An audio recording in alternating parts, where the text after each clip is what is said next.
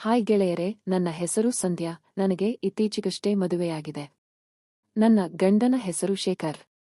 ನಾವಿಬ್ಬರೂ ಇವಾಗ ವಿದೇಶದಲ್ಲಿ ಇದ್ದರೂ ಕೂಡ ನಮ್ಮ ಜೊತೆಗೆ ನಡೆದ ಒಂದು ಘಟನೆ ಬಗ್ಗೆ ಹೇಳ್ತೀನಿ. ನಾನು ಮದುವೆಯಾದ ಹೊಸತರದಲ್ಲಿ ದುಷ್ಪುರದಲ್ಲಿ ಇದ್ದೆ.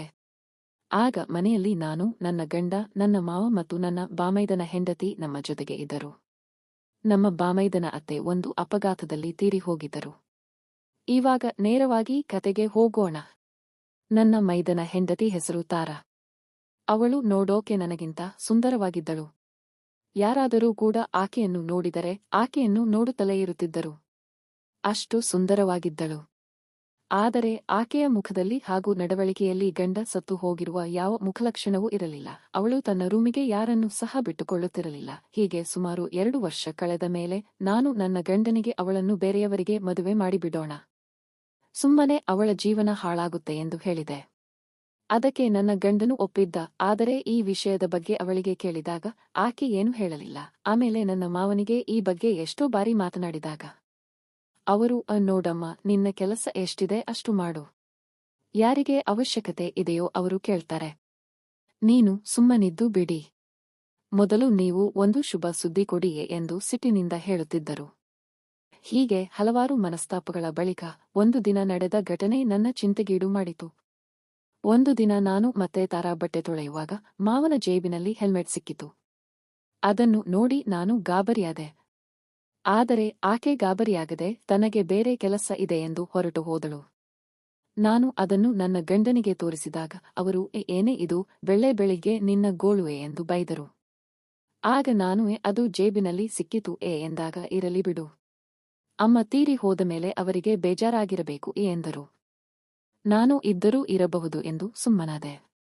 ಇದಾದ 3 ದಿನಗಳ ಬಳಿಕ ನಾನು ಮನೆ ಸ್ವಚ್ಛ ಮಾಡುವಾಗ ತಾರಾ ರೂಮಿಗೆ ಹೋಗಿದ್ದೆ. ಹೀಗೆ ಸ್ವಚ್ಛ ಮಾಡುವಾಗ ಅವಳ ಸೀರೆಗಳ ನಡುವೆ ಹೆಲ್ಮೆಟ್ ಸಿಕ್ಕಿತು. ತಾರಾ ರೂಮಿನಲ್ಲಿ ನಾನು ಹೆಲ್ಮೆಟ್ ನೋಡಿದ್ದೆ ತಡ ನನಗೆ ಶಾಕ್ ಆಯಿತು. ಯಾಕಂದರೆ ಅವಳಿಗೆ ಅದರ ಅವಶ್ಯಕತೆ ಇರಲಿಲ್ಲ. ಹಾಗಿದ್ದರೆ ಮನೆಯಲ್ಲಿ ನನಗೆ ಗೊತ್ತಿಲ್ಲದೆ ಏನೋ ನಡೆಯುತ್ತಿದೆ ಎಂದು ಎನಿಸಿತು. ಅದು ಎಲ್ಲಿತ್ತೋ ಅಲ್ಲಿಯೇ ಇಟ್ಟು ನನ್ನ ಪಾಡಿಗೆ ನಾನು ಹೊರಬಂದೆ. ಕೂಡಲೇ ತಾರಾ ಎದುರಿಗೆ ಬಂದಳು. ಆಗ ಆಕೆ, ನೀವೇಕೆ ಅಲ್ಲಿಗೆ ಹೋಗಿದ್ರಿ, ಹಾಗೆ ಹೀಗೆ ಎಂದೆಲ್ಲ ಜಗಳವಾಡಿ ಬಿಟ್ಟಳು. ಕೊನೆಗೆ ಎಲ್ಲರೂ ಸೇರಿ ನನಗೆ ಬುದ್ಧಿವಾದ ಹೇಳಿದರು. ಆದರೆ ನನ್ನ ಮನಸ್ಸಿನಲ್ಲಿ ಆ ವಿಚಾರ ಕೊರೆಯುತ್ತಲೇ ಇತ್ತು. ಮನೆಯಲ್ಲಿರುವುದು ನನ್ನ ಗಂಡ ಮತ್ತು ಮಾವ ಮಾತ್ರ, ಮಾವ ಕೂಡ ಹೊರಗೆ ಹೋಗುವುದಿಲ್ಲ ಎಂಬ ಇತ್ಯಾದಿ ವಿಚಾರ ಮಾಡಬೇಕಾದರೆ ನನಗೆ ಕಂಡಿದ್ದು ನನ್ನ ಗಂಡ. ಆತ ಕೆಲವೊಮ್ಮೆ ಹೊರಗೆ ಹೋಗ್ತೀನಿ ಎಂದು ಹೇಳಿ ಸುಮಾರು 4-5 ಗಂಟೆ ಪತೇನೇ ಇರುತ್ತಿರಲಿಲ್ಲ. ಫೋನ್ ಹಚ್ಚಿದರೂ ಕೂಡ ರಿಸೀವ್ ಮಾಡುತ್ತಿರಲಿಲ್ಲ. ಅಲ್ಲದೆ ಕೆಲವು ಸಲ ಆಕೆ ಪರವಾಗಿ ಮಾತನಾಡುತ್ತಿದ್ದ. ಹಾಗಾಗಿ ನನ್ನ ಅನುಮಾನ ಬಲವಾಗ ತೊಡಗಿತು. ಅಲ್ಲದೆ ಇನ್ನೊಂದೆಡೆ ನನ್ನ ಜೀವನ ಹಾಳಾಗ ತೊಡಗಿತು.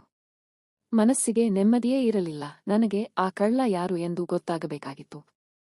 ಕೊನೆಗೆ ಏನು ಮಾಡುವುದು, ಏನು ದಿಕ್ಕು ತೋಚದೆ ಉತ್ತಮ ಬಾಳಿಕೆ ಬರುವ ಚಿಕ್ಕ ಟಿವಿಯನ್ನು ಖರೀದಿ ಮಾಡಿ ಅದನ್ನು ಪುಸ್ತಕಗಳನ್ನು ಮಧ್ಯೆ ಯಾರಿಗೂ ಗೊತ್ತಾಗದಂತೆ ಇಟ್ಟೆ.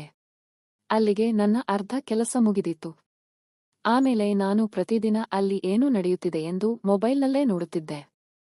ಹೀಗೆ ನಾನು 2 ದಿನದ ಮಟ್ಟಿಗೆ ಊರಿಗೆ ಹೋಗಿದ್ದೆ. ಮರುದಿನ ಬಂದು ಮಧ್ಯಾಹ್ನ ಹಾಗೆ ಕೂತಿದ್ದಾಗ ಹಿಂದಿನ ದಿನದ ದೃಶ್ಯವನ್ನು ನೋಡುತ್ತಿದ್ದೆ. ಅಲ್ಲಿ ನಡೆದಿದ್ದು ನೋಡಿ ನನಗೆ ಎದೆ ಎಂದಿತು. ಯಾಕಂದರೆ ಮನೆಯಲ್ಲಿ ಯಾರಿಲ್ಲದ ಹೊತ್ತಿನಲ್ಲಿ ಮಾವ ಸದ್ದಿಲ್ಲದೆ ಹೋಗಿ ಯಾರಿಗೂ ಗೊತ್ತಾಗದಂತೆ ಆ ಕೆಲಸ ಮಾಡಿಬಿಟ್ಟಿದ್ದ. ಅದಕ್ಕೆ ಯಾವ ವಿರೋಧವೂ ವ್ಯಕ್ತವಾಗಿರಲಿಲ್ಲ. ಆ ಕೆಲಸಕ್ಕೆ ತಾರಾ ಕೂಡ ಸಾಥು ನೀಡಿದ್ದಳು. ಇದನ್ನು ನೋಡಿ ನಾನು ಬೆಚ್ಚಿಬಿದ್ದೆ.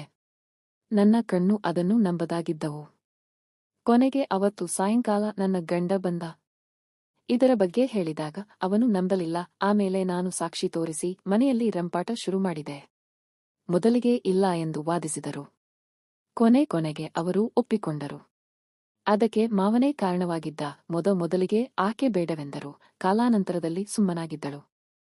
ಇದಾದ ಬಳಿಕ ಮಾವನವರು ಕೆಲವು ದಿನಗಳ ನಂತರ ತೀರಿ ಹೋದರು. ಆಮೇಲೆ ನಾನು ನನ್ನ ಗಂಡ ವಿದೇಶಕ್ಕೆ ಬಂದುಬಿಟ್ಟೆವು. ಆದರೆ ಗೆಳೆಯರೇ, ಯಾರೂ ಕೂಡ ಈ ರೀತಿ ತಪ್ಪು ದಾರಿಯಲ್ಲಿ ನಡೆಯಬಾರದು. ಅಲ್ಲದೆ ಯಾವ ತಪ್ಪುಗಳನ್ನು ಮಾಡದಂತೆ, ತಪ್ಪುಗಳು ನಡೆಯದಂತೆ ಎಚ್ಚರಿಕೆಯಿಂದ ಇರಬೇಕು. ಯಾರೂ ಕೂಡ ಈ ಮೇಲಿನ ಕಥೆಯಂತೆ ಮಾಡಬಾರದು. ಎಲ್ಲರೂ ಅಷ್ಟೇ. ಯಾವತ್ತೂ ಯಾವುದೇ ತಪ್ಪುಗಳು ನಡೆಯದಂತೆ ಎಚ್ಚರಿಕೆಯನ್ನು ವಹಿಸಬೇಕು. ನಿಜ ಜೀವನದಲ್ಲಿ ನಡೆಯದಂತಹ ಈ ಕಾಲ್ಪನಿಕ ಕಥೆಗಳನ್ನು ಗಂಭೀರವಾಗಿ ತೆಗೆದುಕೊಳ್ಳಬಾರದು. ನಿಜ ಜೀವನದಲ್ಲಿ ಇದೆಲ್ಲ ಸಾಧ್ಯವಿಲ್ಲ. ನಾವು ಕಾಲ್ಪನಿಕ ಕಥೆಗಳನ್ನು ಎಂದಿಗೂ ಸ್ಫೂರ್ತಿಯಾಗಿ ತೆಗೆದುಕೊಳ್ಳಬಾರದು.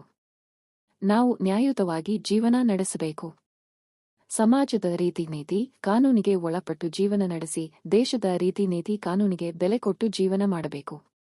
ಇಂತಹ ಕಾಲ್ಪನಿಕ ಘಟನೆ ಕಥೆಗಳಂತೆ ನಿಜ ಜೀವನದಲ್ಲಿ ಮಾಡಿದ್ದೇ ಆದಲ್ಲಿ ಜೀವ ಮತ್ತು ಜೀವನಕ್ಕೂ ತೊಂದರೆಯಾಗುತ್ತದೆ. ಹಾಗಾಗಿ ಇಂತಹ ಕಾಲ್ಪನಿಕ ಕಥೆಗಳಿಗೆ ಪ್ರಾಮುಖ್ಯತೆ ನೀಡಬಾರದು. ಉತ್ತಮ ಸದ್ದು ಜೀವನ ನಡೆಸಬೇಕು. ಜೊತೆಗೆ ನಮ್ಮ ಬದುಕನ್ನು ಹಸನಾಗಿಸುವ ಕಥೆಗಳನ್ನು ಓದಿ ಸ್ಫೂರ್ತಿಯನ್ನು ಪಡೆಯಬೇಕು. ಗೆಳೆಯರೇ, ಈ ಕತೆ ಇಷ್ಟವಾಗಿದ್ದರೆ ವಿಡಿಯೋಗೊಂದು ಲೈಕ್ ಮಾಡಿ, ಚಾನೆಲ್ ಸಬ್ಸ್ಕ್ರೈಬ್ ಮಾಡಿ. ಧನ್ಯವಾದ ಅಂತ